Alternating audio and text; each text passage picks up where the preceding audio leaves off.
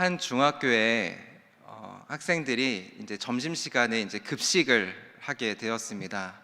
종이 땡 치자마자 학생들은 달려가서 줄을 섰습니다. 이 배고픔과 허기짐을 채우려고 이렇게 줄을 기다리고 있었어요. 그래서 이제 자기 차례가 어떤 한 학생에게 오게 되었습니다. 식판을 들고 이제 급식에 이렇게 서 있었는데, 그 당시 때는 이렇게 자신의 반찬을 이렇게 퍼서 먹는 것이 아니라 영양사 선생님께서 주시는 반찬을 이렇게 먹는 그런 시스템으로 되어 있었습니다. 너무 배고픈 상태, 그런 상태에서 이 학생이 오늘은 뭐가 나왔나 이렇게 딱 바라보니까 자신이 가장 좋아하는 돈가스가 나왔습니다. 돈가스 맛있겠다 생각을 하면서 이 식판을 받고 있었습니다. 영양사 선생님께서 이 돈가스를 이렇게 반찬을 이렇게 한 명 한 명 주었습니다. 그리고 그 학생에게도 돈가스를 주었습니다. 그리고 그 선생님은 이 학생에게 이렇게 말을 했습니다. 많이 먹어 하면서 돈가스를 주었지요. 돈가스도 받고 밥도 푸고 국도 푸고 이렇게 자기 자리로 돌아가면서 이 학생이 혼잣말로 이렇게 말을 했습니다. 많이 줘야 많이 먹지. 이 이야기는 영양사 선생님과 그리고 학생의 입장을 생각해보는 재미있는 이야기입니다. 영양사 선생님께서는 많이 주고 싶었을 것입니다. 그런데 많이 줄 수가 없습니다. 왜냐하면 앞에 학생들에게 많이 주게 되면 몇백 명, 많게는 몇천 명이 되는 그 학생들, 뒤에 오는 사람들은 아마 돈가스를 못 먹기 때문입니다. 그래서 일정량 이상은 줄 수가 없습니다. 저는 이 이야기를 들으면서 이 급식과 우리 예배와 어떤 차이가 있을까, 이런 고민을 한번 해봤습니다. 급식은 안타깝게도 일정량 이상 줄 수가 없습니다. 앞에 사람들에게 5개, 10개 많이 주게 된다면 뒤에 있는 사람은 급식을 먹지 못하게 되겠죠. 돈가스를 구경조차 하지 못할 겁니다. 이 급식의 양이 한정적이기 때문에 그렇습니다. 주고 싶지만 많이 줄 수가 없는 거예요. 준다고 해도 하나 정도 더 주는 그 정도밖에 되지 않을 것입니다. 그런데 교회 예배는 다릅니다. 하나님은 우리에게 은혜를 주시는데 그 은혜를 주시고 또 주시고 또 주십니다. 그래서 우리는 은혜를 받고 또 받을 수 있다라는 것입니다. 오늘 우리가 주일이죠. 일부 예배 때 하나님께서 은혜를 많이 주셨어요. 위임 목사님 말씀에 은혜가 넘쳐서 은혜를 여기 있는 사람들이 다 받았습니다. 그리고 나서 3부 예배 때 하나님께서 하시는 말씀이 1부 때 내가 너무 많이 줬으니까 3부는 안타깝게도 줄 수가 없다. 이렇게 말씀하시는 하나님이 아니시죠. 찬양 예배는 기대도 하지 마라. 이렇게 말씀하시는 분이 결코 아니십니다. 하나님께서는 우리에게 은혜를 풍부하게 주십니다. 1부 때도 주시고 3부 때도 주시고 지금 이 시간에도 부어주십니다.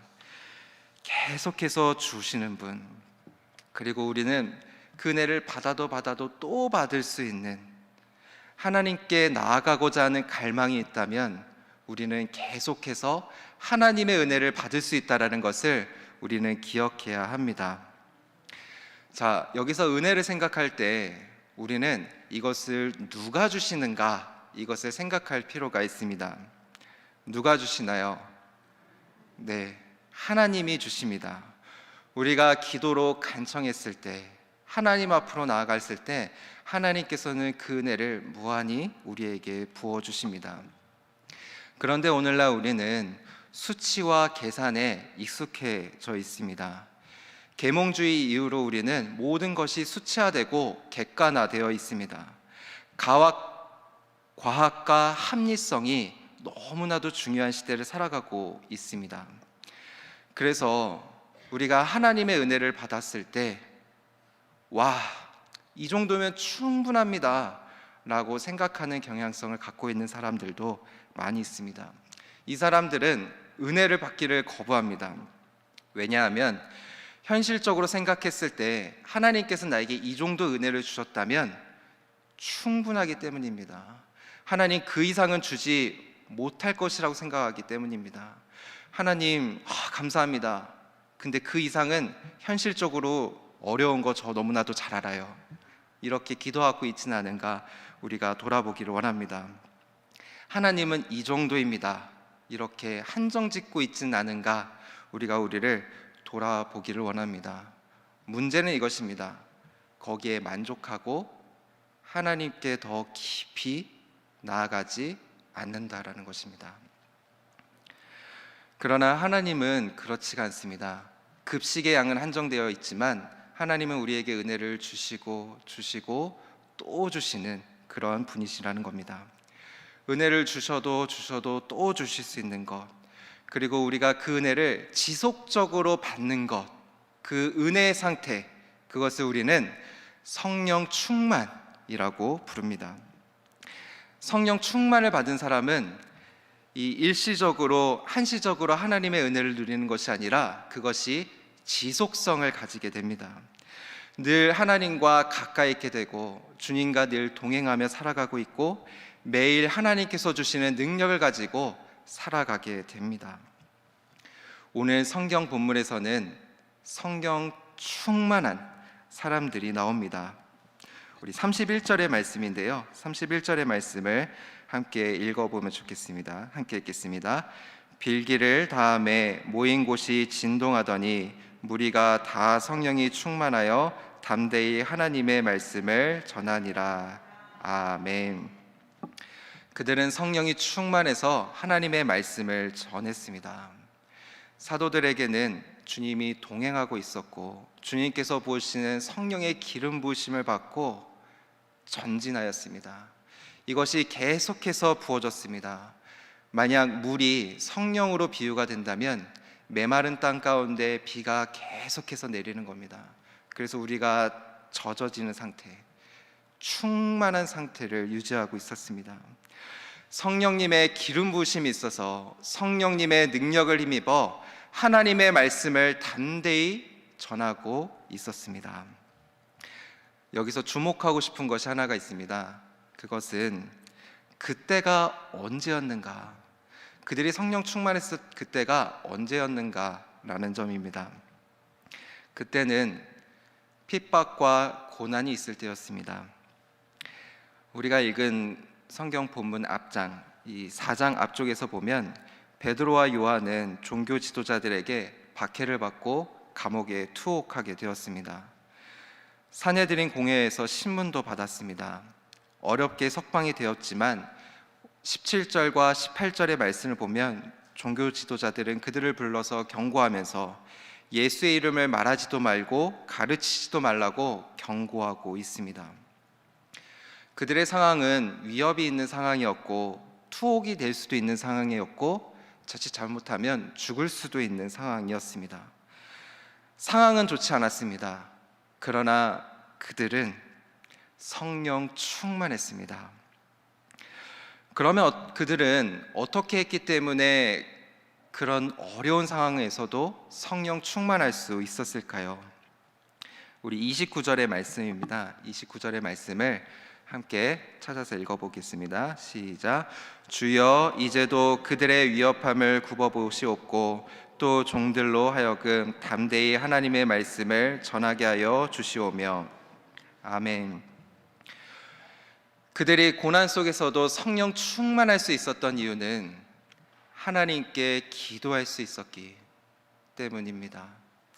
하나님께 기도했기 때문입니다. 베드로와 요한은 함께 있는 사람들은 상황이 좋지 않고 더 큰 위험이 있을 수 있으니 그것을 이겨낼 수 있는 담대함을 주십시오. 이렇게 하나님 앞에 기도하고 나아갔던 것입니다. 예전에 제가 차를 타고 장시간 운전을 하면서 가고 있었는데요. 라디오에서 한 음악이 나왔습니다. 가요가 나왔어요. 이원진 가수가 부른 시작되는 연인들을 위해 라는 노래입니다. 가사는 이렇습니다. 한번 화면으로 띄워주시겠어요? 제가 한번 불러볼게요가 아니라 읽어볼게요. 그래, 알고 있어. 지금 너에게 사랑은 피해야 할 두려움이란 걸. 불안한 듯 넌 물었지. 사랑이 짙어지면 슬픔이 되는 걸 아느냐고. 성경 말씀 아닙니다. 오해하지 마세요. 한 가요의 가사입니다. 한 연인이 있었습니다. 근데 어떠한 이유인지 모르겠지만 헤어졌습니다.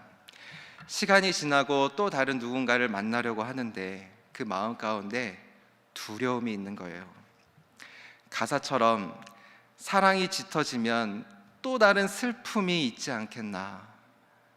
그 두려움이 밀려드는 겁니다. 그래서 새로운 사람을 만나야 되는데 새로운 사람을 만나지 못하는 상태, 그런 상태를 노래로 부른 것입니다. 오늘날 우리는 이 사랑뿐만이 아니라 이러한 두려움 때문에 주저주저하고 있는 모습을 가질 때가 참 많이 있습니다. 취업을 했습니다. 어렵게 취업을 했어요. 그런데 힘든 일들이 많이 있었지요. 어려움이 있습니다. 어떠한 이유로 그만두게 되었습니다. 문제는 새로운 시작을 못하는 거예요. 다른 곳에 취업을 해도 똑같은 문제가 발생하지 않을까, 똑같은 어려움이 있지 않을까, 똑같은 상처를 받지 않을까, 그 마음으로 다시 시작을 못하는 것입니다. 결혼에 실패를 했습니다. 다시 도전을 하고 새로운 사람을 만나야 되는데 또 다른 상처를 받을까 봐 두려워서 시작을 못하는 겁니다. 하나님을 섬기는 일도 내가 받은 상처가 있고 어려움이 있어서 다시 시작하지 못하는 사람들이 있습니다. 나에게 또 다른 상처가 있을까 봐 무언가 시작하는 것이 두렵습니다. 실패의 경험이 생각나서 또다시 도전하는 것이 어렵습니다. 자신에게 찾아온 불행이 있어서 다시 시작하는 것이 두렵습니다. 오늘날 우리는 다시 시작하는 것을 두려워하고 있는 상태, 그런 모습으로 살아가고 있지는 않은가 우리가 돌아보기를 원합니다. 두려움이 찾아올 때 우리는 어떻게 기도해야 되는가? 우리는 하나님께 힘을 달라고 기도해야 합니다. 문제를 피하는 것이 아니라 적극적으로 문제를 맞설 수 있는 힘을 달라고 기도해야 합니다.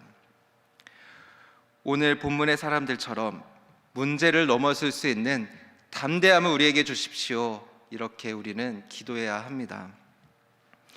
베드로와 요한이 투옥을 당하고 공회 앞에서 신문을 받고 앞으로 더 큰 박해가 찾아올지 모르는 상황이었습니다. 물론 상황이 나아지면 좋겠죠. 그러나 오늘 본문의 사람들은 거기서 좌절하지 않고 포기하지 않고 이렇게 기도했습니다. 하나님, 박해가 나에게 찾아온다 할지라도 그것을 이겨낼 수 있는 용기를 주십시오. 하나님, 내 상처로 인해서 내가 포기하고 싶을 때에도 다시 일어설 수 있는 힘을 우리에게 주십시오. 하나님, 내가 그 모든 것들을 맞설 수 있는 담대함을 우리에게 주십시오. 이렇게 기도했습니다. 그들은 상황 탓을 하지 않았습니다. 오히려 예수 그리스도의 고난과 자신의 문제를 동일시하면서 하나님 앞에 힘을 구하고 담대함을 선포하면서 고난을 이기려고 했었습니다. 여기에서 하나님의 역사가 일어났습니다. 우리 31절의 말씀인데요, 말씀을 한번 같이 읽어보겠습니다. 시작. 빌기를 다음에 모인 곳이 진동하더니 무리가 다 성령이 충만하여 담대히 하나님의 말씀을 전하니라. 아멘. 하나님은 그 기도에 응답을 하셨습니다. 박해와 고난이 있는 그 상황 속에서도 그들은 성령 충만하여 담대히 하나님의 말씀을 전할 수 있도록 하나님께서는 도와주셨습니다. 예수님의 삶을 돌이켜보면 예수님은 이 땅 가운데 오셔서 상황 탓을 하지 않았습니다. 세상 탓을 결코 하지 않으셨습니다. 예수님께서도 신문을 받으셨지요. 신문의 현장 가운데에서 왜 나를 인정해 주지 않느냐고, 내가 어떤 사람인 줄 아냐고, 이렇게 세상 탓을 하지 않았습니다. 예수님은 자신에게 주어진 상황 가운데에서 담대히 하나님의 말씀을 전했고 병든 자들을 치료하였으며 하나님의 말씀을 가르치셨습니다. 적극적으로 자신의 일들을 감당하면서 어려운 상황과 문제를 돌파하였습니다. 그때 하나님의 역사가 이루어졌습니다. 이제 말씀을 정리하겠습니다. 우리가 원한다면 하나님께서는 우리에게 은혜를 주십니다. 오늘 1교구 주간 예배이잖아요. 1교구 주간 예배에 특히 1교구 성도님들에게 은혜를 많이 주었기 때문에 다음 주는 2교구 주간 예배인데 은혜를 주기가 어렵겠다, 이렇게 말씀하시는 분이 결코 아닙니다. 오늘은 하나님께서 우리에게 은혜를 많이 부어주신 줄 믿습니다. 다음 주에는 더 큰 하나님의 은혜를 우리에게 부어주실 줄 믿습니다. 앞으로 신일교회 가운데 그 은혜가 넘치고 넘쳐서 하나님의 은혜가 이곳 가운데 가득 찰 줄 믿습니다. 이를 믿고 나아가는 저와 여러분들이 될 수 있기를 원합니다. 힘들고 좌절하고 싶은 상황 가운데 있는 사람들이 있습니까? 넘어져서 주저앉아서 다시 일어서기 힘든 그런 상처와 괴로움과 아픔 가운데 있는 사람들이 있습니까? 교회의 상처를 받아서 교회 나오는 것조차도 너무 힘들고 기도조차도 하기 힘든 사람들이 있습니까? 하나님의 능력을 믿고 나아가기 원합니다. 두려움을 넘어 다시 시작하기를 원합니다. 하나님께서는 우리에게 새 힘을 주시고 날마다 새 능력을 부어주시며 하나님과 동행하며 나아갈 수 있는 크다 큰 힘을 우리에게 부어주실 줄 믿습니다. 그 하나님의 능력을 힘입어 나아갈 수 있는 저와 여러분들이 될 수 있기를 주님의 이름으로 축원합니다. 기도하겠습니다. 살아계신 하나님 아버지, 때로는 우리의 상처가 너무나 커서 우리의 상황이 너무나 메마르고 힘들어서 주저앉고 다시 일어서기 힘든 어려움 가운데 있을 때가 너무나 많이 있습니다. 그러나 이러한 상황 가운데서도 우리가 하나님을 믿기 원합니다. 하나님, 우리가 하나님 앞에 기도하길 원하고 하나님 앞에 나가기 원하나오니 우리에게 큰 힘을 주시고 능력을 베풀어 주시고 하나님 앞에 다시 일어설 수 있도록 주님께서 인도하여 주옵소서. 좌절하고 있는 우리 자녀들이 있다면 일어서게 하여 주옵소서. 힘들어하고 있는 성도들이 있다면 다시 일어설 수 있도록 인도하여 주옵소서. 하나님의 은혜를 기대하며 기다리며 믿고 나아갈 수 있는 우리 모두가 될 수 있도록 주님께서 인도하여 주옵소서. 감사드리며 예수님의 이름으로 기도드립니다. 아멘.